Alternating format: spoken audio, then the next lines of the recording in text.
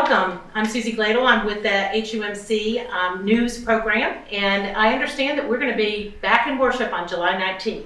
Joining me today, I have Bob Heffelfinger, who's head of our task force. Bob, can you tell us a little bit about what the task force has been up to? Sure, glad to. About 6 weeks ago, Pastor Vern recruited and chartered a team to reopen our in-person worship services on July the 19th. From the start, we've been driven by safety and security of all the worshipers. We're following all the CDC, State of Delaware, and our conference guidelines around safety of those that will be attending the worship service. One of the things that we did early on was a survey that most of you have seen, many of you participated in, and showing the enthusiasm for people returning to in-person worship. 113 people replied that they plan to attend on July the 19th. That number is significant because the capacity of our sanctuary with the 6-foot spacing and following all the guidelines is only about 55 to 60 people. So both services, we have two services, both services are going to be full. This requires us to do things a lot differently. Among those is going to be registration, pre-registration for the services. And we need you to arrive early so that you can see what's going to be happening when you arrive. And then third is follow the instructions from the ushers around spacing and where to sit in the sanctuary. So we thank all the team for all the work you've done for these past 6 weeks to get us to this point. We welcome all of you back to the in-person worship services. Thanks, Bob. And so on your committee, I understand that Lori Wadman has been leading up the volunteer efforts. Can we have Lori join us and tell us a little bit about that plan? All right. Hi, everybody. We're so excited to come back to church again. And as Bob mentioned, we've been working really hard for about a month or so to put the plan together. And we've put together a team of volunteers. I've been working very closely with Susie Gladle, Mona Laughlin, and Jill McCampbell for ushers. And we have been training the volunteers to welcome you when you come back and put into place all the safety protocols in accordance with the CDC, the state, and also of our conference. As Bob mentioned, when you come, before you come here, you would have registered. And that's important because we need to put a cap on the number of people who will be in the sanctuary. So when you do come, when you come up to the portico, you're going to enter in that way. And if you see there's a long line of people or things are piling up a little bit, well, hopefully it won't pile up. But to prevent that, feel free to stay in your cars, especially if it's a hot day or if it's raining, and then proceed when the line starts to get a little bit shorter. As you know, we're going to restaurants and things are different wherever we go. It'll be the same here too. And when you come in, somebody will be taking your temperature. We will be required to wear masks the entire time that we're in worship in the building. And then once you come in and that happens, because you've all registered before you come, you'll come to a table where we'll take your attendance, see who's here, and we have a record of everyone who's come to church. From there, you'll proceed into the sanctuary. And I think once we get in the sanctuary, we'll go into that detail a little bit more. Susie, anything I've forgotten or anything you want to take us through next? No, I think that we'll have Mona do the temperature screening for us.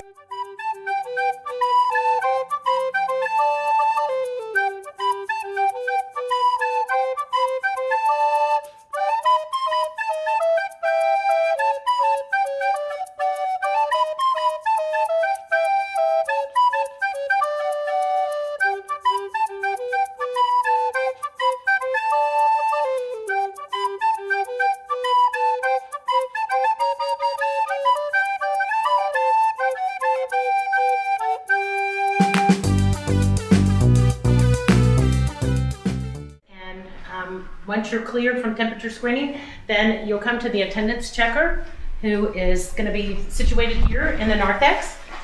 And so Kathleen, can you tell us a little bit about what kind of attendance we're going to be taking, how folks are going to be registering online, but why it's important for us to know that they actually came to worship? Yes, when we actually do worship together, it's important that we take record of, we take attendance based on the CDC guidelines. And so we will have them come in and we will check for reservations. Right. Yeah, we'll check to make sure that they have their mask on. And then also we will look at the attendance reservations and make sure that their name and everything is matching. And what about visitors? There may be folks that see folks, cards in the parking lot, and they may think, hey, I really need to go to worship. Maybe I can go to worship at Hockessin. Are we going to be turning people away? Oh no, we, as a welcoming church, We will absolutely have them go through the same process, starting out there, making sure they have their temperature, coming in, make sure they have a mask. And then we will invite them to come in and take a pen. It would be a sanitized pen, and they record their information, and I'll verify that with them, and then they'll be able to proceed into the service. That's wonderful. And just one thing to note, that there won't be a lot of room for visitors, but we do hope that if we have visitors that we can situate them. So we are going to plan in our max numbers of seating, we're going to plan 4 visitors. So we have some extra space for them. So Lori, now that we've gathered into the narthex and we're ready to be seated, what is that process? Can you kind of just show us what it's going to be like in the sanctuary? Yes, absolutely. And I think we do have an usher here today, Andy Sensing. He'll come in and we'll talk to him in just a minute. So when you come on into church, one of the things that I want to mention is we want to have all family units seated at once together to help with seating folks once they get into the sanctuary. So we do ask that before you even come into the portico and to have your whole family together. What we're going to do, you can see the green arrows that are here on the floor. Everything will need to go in one flow and in one direction when we come into the sanctuary. So we will enter from the back, and when you come in, an usher will be waiting here for you to go ahead and direct you. And then when the usher comes in, and when you come in and the usher's here, we will have ushers at the front of the sanctuary as well. And you will want to go directly to the front of the sanctuary. And we ask that people seat from the front of the sanctuary coming back, so we can do that in an orderly fashion, but also to minimize people walking back and forth and passing other people. Now we know you all have your favorite pews and your favorite places. Mine's in the chancel area with the choir. So I'm going to miss sitting in my favorite seat, let me tell you. But let's all come on in, and when we do that, you will be seated. Our sanctuary team, other folks on the task team, have put a lot of time into figuring out how we can be socially distanced while in the sanctuary. Hi, so after you've gone ahead and you've registered, we've gotten your attendance. It'll time to come to the sanctuary, and we have Andy here who'll demonstrate the role of the usher during this time period. And we do ask that all families will be together when they come in at this point. And Andy, go ahead and let us know what's happening. All right. Good morning. Good morning, Mona. How are you? I'm doing well, thank you. Great. Let me take you to your seat. Now, what we're doing here, because we're seating from the front back, we'll go down and take the first available pew in the front. Okay. Notice that we have pews, every other pew is marked reserved and is blocked off to preserve our spacing that's required. So notice that we have already, this front pew is already full because we've got 2 people sitting in it. So if you would then have a seat here. Okay, now can I sit here? Yes, if you'd like. Now what that means is, to fill that seat at the other end of that pew, we'll have to bring the worshiper down the side aisle, because we will not want to be having to pass close to Mona, climbing over her to get to the seat. Let me also explain that if Mona has 1 or 2 members of her family with her, they would sit with her at this end of the pew. If she has 2 members of her family with her, 1 person can still sit at the other end. And of course, 2 people can sit at this end and 2 can sit at the other end of that pew. But if a family of 4 comes, they can sit at their end of the pew, but nobody else can sit on that pew because we can't maintain our distance. Good morning. How are y'all today? Morning. Good. Great. So there's 2 of you? Yes. All right. What we'll need to do is I'll ask you to go around the side, Okay. and the usher up at the front will show you Designate where usher. to sit. Thank you. Okay, thank you.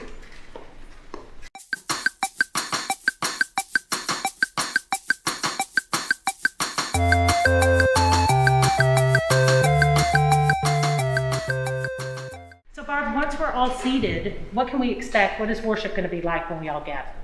Well, we're going to gather together to worship the Lord. It doesn't matter whether you're in your homes or here at Hockessin United Methodist Church. It is one blended worship service that you've been experiencing online, and we are delighted that you have maintained your relationship with us and with God through this time.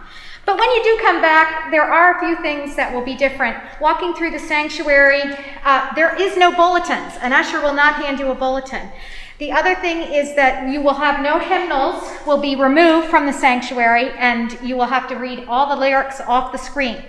I do want to say that we do post the traditional hymns online and a bulletin that you could use your smartphone, click on it, and you have what you need worshiping in your seat here like you did at home. So that will still be available when you come in the door if you want to access it. But most everything will be the same in worshiping. We do have restrictions within the worship team because we're singing. There has to be 16 feet between us, so that limits the number of people that can be up and singing at one time. There are limits on microphone use, so right now, going back to worship, we'll just have one lay person reading scripture at this time because we're not allowed to share microphones, so we have to be sensitive to multiple use things. But other than that, we come together to worship the Lord, and we're excited to have you return with and be in worship with us. Look forward to seeing you. So Barb, what happens if somebody needs to use the restroom? Is that going to be allowed on the church campus? Well, absolutely, if somebody needs to. Remember, you're only here for 45 minutes, so use the restroom before you go home. But if you have an emergency need, Dawn, she is great at emergencies. And Dawn, could you tell us what somebody does if they have to use the restroom? Absolutely. I'm sure I'm not the only one that has to travel a ways to get here. So in the event that you do need to use the restrooms, if you follow me, we'll show you where we're going. We're going to go out these chancel doors to the restrooms that are located right outside the doors. And we'll be met by a bathroom attendant right here. Hello, welcome to the bathroom. We are going to show you a little bit about what to expect if you have to use the bathroom. First of all, surprised that you couldn't wait 45 minutes, but that's okay. Come on in. Okay, so the first thing you're going to notice is that you just have one stall available that day on Sundays. The other three are going to be closed, so we only have to worry about wiping down one after each person uses the bathroom. Only one person will be in the bathroom at a time. We're going to have just one sink available, so do what you need to do. And I think the last thing I need to tell you is, as you leave, we want you to wipe your hands, of course, and then use the towel to open up the door. Okay? And then just come out, and you're all done. Now, someone like me is going to be here the whole time through the entire service to make sure that after someone comes out, I will go in and wipe down the surfaces again and make it ready for the next person. Thank you. Hi, now that we've worshiped together and how good it felt to do this and glorify God in the sanctuary again, it will be time to leave. And the ushers will direct you at that point. But similar to how we came into the sanctuary, we will go out the same way. We will exit from the front rows first, going to the back of the church. We will need to continue to maintain our 6 feet social distance, and the ushers will direct you for when to leave your pew. When you exit the church, everybody will exit out this same door, and then proceed to the back of the not the sanctuary, but proceed all the way to the back into the lobby, and then exit the building out through the portico. As much as we want to stay together in fellowship and visit with each other, the guidelines state that we do need to leave the church at that time. So please do head out, be careful, and feel good that you've come back to church again. And now the ushers will show us. We will be exiting, really starting here. The idea is the closest to the door will exit first. Don?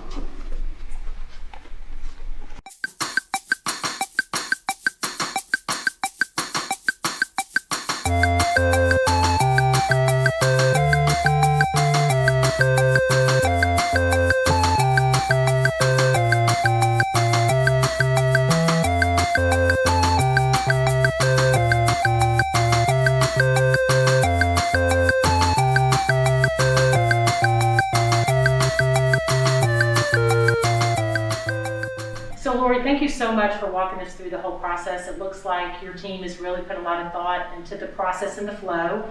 And we appreciate, Bob, your leadership on all of this and for making sure that we've paid attention to every detail so that we can have a really safe campus for everybody to return to when we gather for worship.